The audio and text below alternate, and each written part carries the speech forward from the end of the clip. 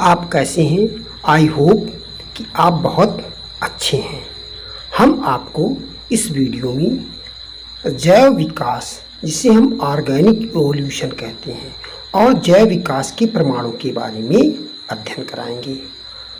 इसका अध्ययन करने से पहले हम आपको ये बता देना चाहते हैं कि आप इस वीडियो को जो है अंत तक देखें, इसे स्किप करके कतई ना देखें, क्योंकि ये टॉपिक जो होता है बोर्ड एग्ज़ाम की दृष्टि से बहुत महत्वपूर्ण है। तो आइए हम जानते हैं जैव विकास के बारे में। जैव विकास जो होता है वह एक सतत प्रक्रिया होती है। क्या होती है? सतत या निरंतर चलने वाली प्रक्रिया है। अरस्तु ने कहा कि जो है जीवों का विकास एक क्रमिक घटना है और सरल जीवों से जो है जटिल जीवों का विकास हुआ है। अरस्तु के इस कथन के बाद जो है लगभग में 2000 वर्षों तक किसी का ध्यान की ओर नहीं गया। उसके बाद 19वीं शताब्दी में जो है लैमार्क, डार्विन और बीजमान ने जो है जैव विकास के संबंध में जो है अपनी अलग अलग परिकल्पनाएं प्रस्तुत की हैं। इन परिकल्पनाओं के बारे में हम जो है पहले ही चर्चा कर चुके हैं। तो आइए हम देखते हैं जैव विकास। जैव विकास निरंतर चलने वाली प्रक्रिया है। इसमें सरल जीवों से विकसित एवं उच्च कोटि के जीवों का विकास हुआ है। कहा जाता है कि जो है जो निम्न कोटि के जीव होते हैं उनसे ही जो है उच्च कोटि के या बहुकोशिकीय जीवों का विकास हुआ है। परिवर्तन के साथ अवतरण जैव विकास की मौलिक परिकल्पना है। जब किसी चीज का जो है या किसी जीव का जो है पृथ्वी पर अवतरण होता है तो उसके साथ जो है परिवर्तन होता है। तो परिवर्तन के साथ जो है अवतरण जैव विकास की मौलिक परिकल्पना है। अब हम जो है जैव विकास के प्रमाणों के बारे में देखते हैं। एविडेंसेस फ्रॉम ऑर्गेनिक एवोल्यूशन, जैव विकास के प्रमाण। तो जैव विकास जो है एक बहुत धीमी गति से चलने वाली प्रक्रिया है, इसलिए इसे जो है हम प्रकृति में देख नहीं सकते हैं, क्योंकि जो है इसमें जैव विकास के होने में जो है लगभग में हजारों करोड़ों वर्षों का समय लगता है। लेकिन फिर भी हम जीव विज्ञान के विभिन्न पहलुओं का अध्ययन करते हैं तो जैव विकास को प्रमाणित करने वाले जो है कुछ प्रमाण हमें जो है प्राप्त होते हैं, और ये प्रमाण जो है निम्न है। पहला जो प्रमाण है पुराजीवी से प्रमाण या जीवाश्म से प्रमाण, चाहे इसे आप पुराजीवी कहें या जीवाश्म कहें। दूसरा प्रमाण है तुलनात्मक शरीर रचना से प्रमाण। अगला प्रमाण है भ्रौणकी से प्रमाण। किससे? भ्रौणकी से प्रमाण। अगला प्रमाण है आणविकी से प्रमाण। तो अब हम जो है इन प्रमाणों के बारे में हम विस्तृत रूप से चर्चा करते हैं। तो पहला प्रमाण है पुराजीवी या जीवाश्म से प्रमाण। तो जीवाश्म के क्या होते हैं? फॉसिल क्या होते हैं? तो आज से लगभग हजारों करोड़ों वर्ष पहले जो जीव जो है पृथ्वी पर पाए जाते थे, लेकिन पृथ्वी पर जो है कुछ प्राकृतिक घटनाओं के कारण इन जीवों का संपूर्ण शरीर या शरीर का कुछ भाग जो है समुद्र के धरातल में दब गया या चट्टानों में जो है क्या हो गया? परिलक्षित हो गया। तो उन जीवों के जो हमें अवशेष प्राप्त होते हैं उन्हीं को हम फॉसिल कहते हैं। क्या कहते हैं? आज से जो है हजारों करोड़ों वर्ष पहले पाए जाने वाले जीव जो है हमारी पृथ्वी में दब गए या हमारी चट्टानों में क्या हो गए? परिलक्षित हो गए, और उनके जो जीवाश्म मिलते हैं उन्हीं को हम क्या कहते हैं? फॉसिल कहते हैं। तो जीवाश्मों से हमें जानकारी होती है कि युगों युगों से जीवों में कैसे कैसे परिवर्तन होते चले आए हैं। जैव विकास को सिद्ध करने के लिए पृथ्वी ने जीवाश्मों को भूवैज्ञानिक रिकॉर्ड, जिसे हम जियोलॉजिकल रिकॉर्ड के रूप में सजो कर रखा है। पृथ्वी जो हमारी पृथ्वी है ये एक अद्वितीय है, क्योंकि इसने जो है जीवों के विकास की प्रक्रिया को समझाने के लिए अपने जो है धरातल में जो है बहुत सारे जो है भूवैज्ञानिक रिकॉर्ड रखे हैं, जिससे हम सिद्ध कर सकते हैं कि जो है जीवों में विकास हुआ है। जैव विकास को हम देख नहीं सकते हैं, बल्कि केवल जो है इसे हम जो है समझ सकते हैं। तो यहाँ पर जो है एक हमें जो है पक्षी का जो है जीवाश्म मिला है, जिसे हम उस पक्षी का नाम है आर्कियोप्टेरिक्स। इस पक्षी के जो है जीवाश्म जो है लगभग में 15 करोड़ वर्ष पूर्व की जुरासिक काल की चट्टानों से हमें क्या है प्राप्त हुए हैं। और इस पक्षी में जो है पक्षी के समान जो है पंख, पर और चोंच पाई जाती थी, लेकिन इसमें जो है हमें जो है सरीसृप के समान जो है लंबी पूंछ मिलती थी और इसकी चोंच में जो है या इसकी बीक में जो है दांत पाए जाते थे और इसके अग्रपाद जो है पंखों में रूपांतरित हो गए, लेकिन फिर भी उन पंखों पर क्या है पंजों की उपस्थित थी।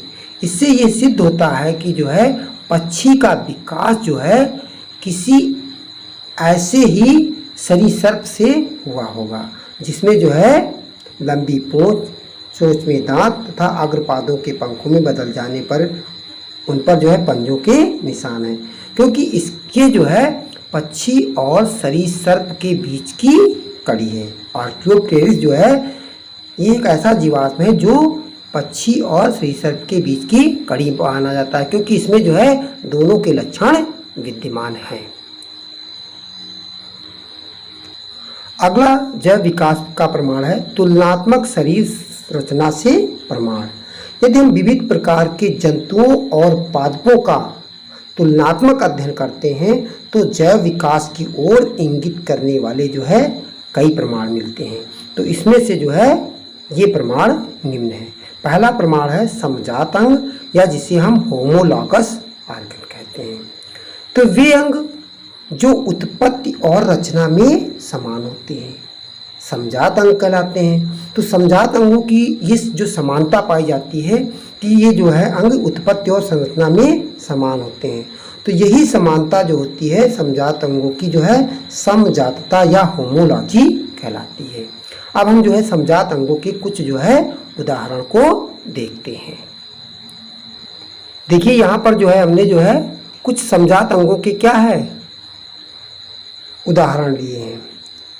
ये देखिए यहाँ पर जो है हमने जो है कुछ कशेरुकी प्राणियों के जो है अग्रपादों के जो है कंकालों की तुलना की है। देखिए ये जो है ये मनुष्य का जो है अग्रपाद होता है जिसे हम हैंड कहते हैं। क्या है ये मनुष्य का हैंड है।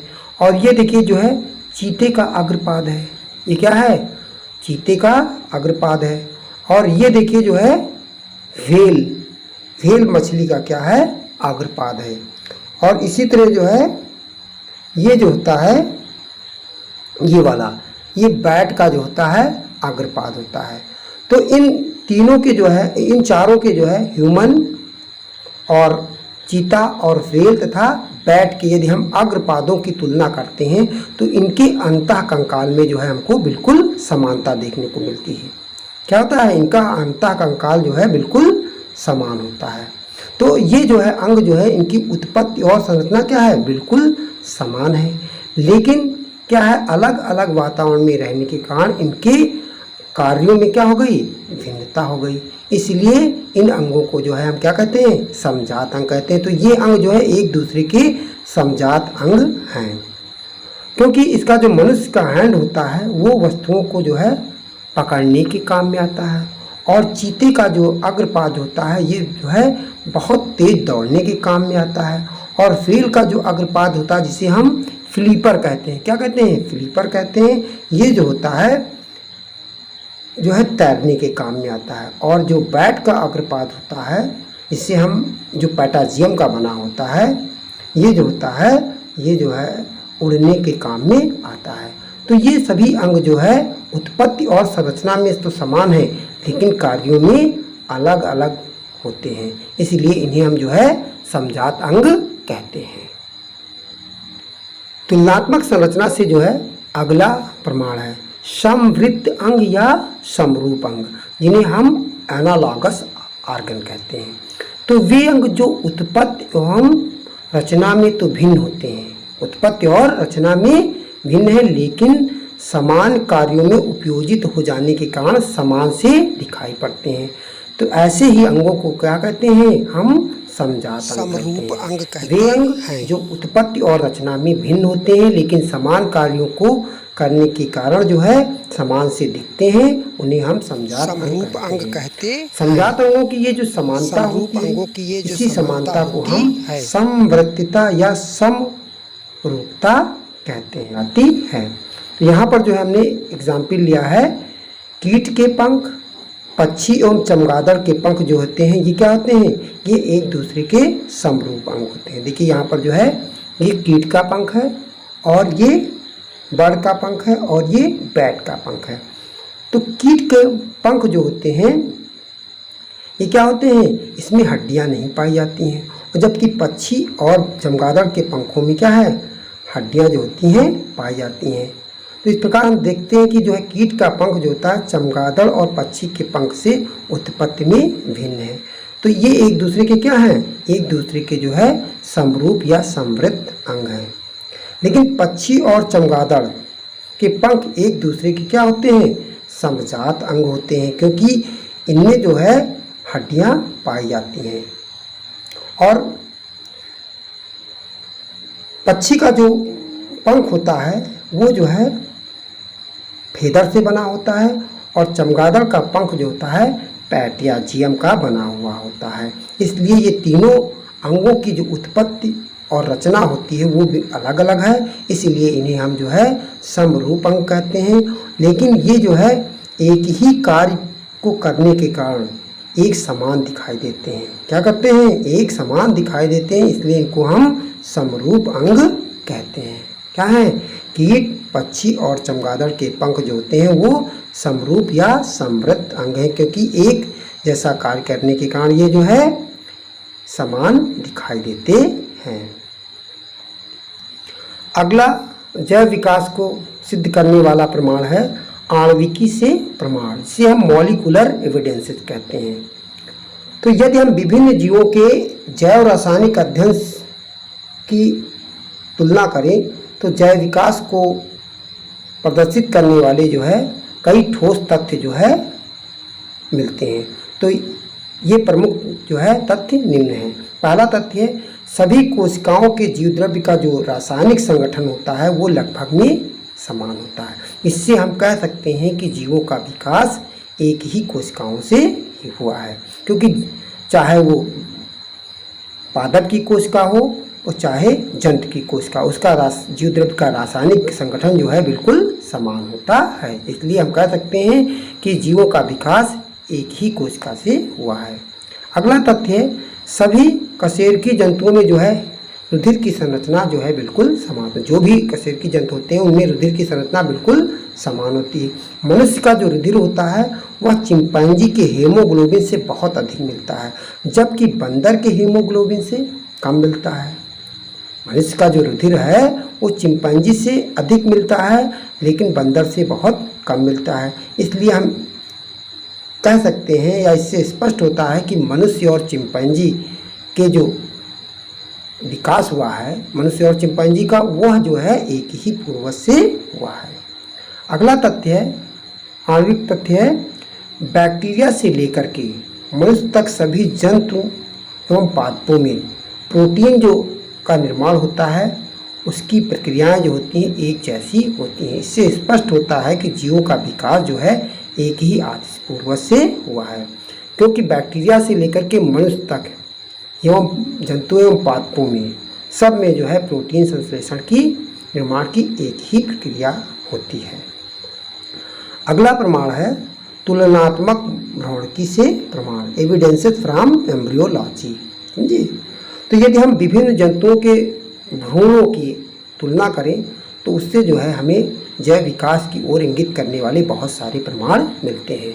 तो इसमें पहला प्रमाण है कि सभी बहुकोशिकीय जंतुओं के जो भ्रूणी परिवर्धन होते हैं उसमें ज़्यादातर समानता होती है, क्योंकि सभी भ्रूणों का विकास जो होता है वह जाइगोट से होता है, और जाइगोट जो होता है मोर्बला बनाता है, फिर ब्लास्टुला में परिवर्तन होता है और फिर ग्रास्टुला।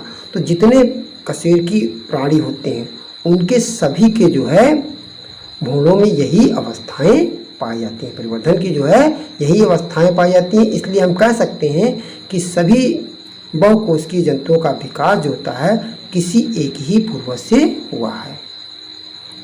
अगला प्रमाण है भ्रूणों में समानता।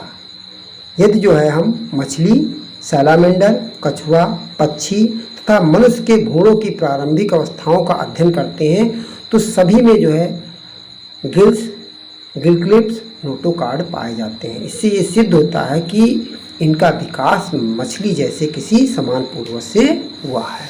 तो यहाँ पर हम दिखा सकते हैं कि ये देखिए, यहाँ पर मैंने जो है ये एक फिगर लिया है, ये देखिए,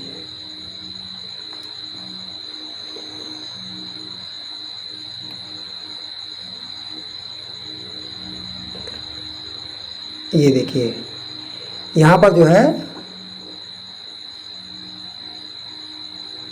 मैंने जो है यहाँ पर फिश के भ्रूण की और सैलामेंडर के भ्रूण की और कछुआ के भ्रूण तथा पक्षी के भ्रूण और मैन के भ्रूणों की जो है क्या है आपस में तुलना की है। तो देखा कि सभी के भ्रूणों की जो प्रारंभिक अवस्थाएं होती हैं वो बिल्कुल समान होती हैं। कैसी होती हैं? बिल्कुल ये समान होती हैं।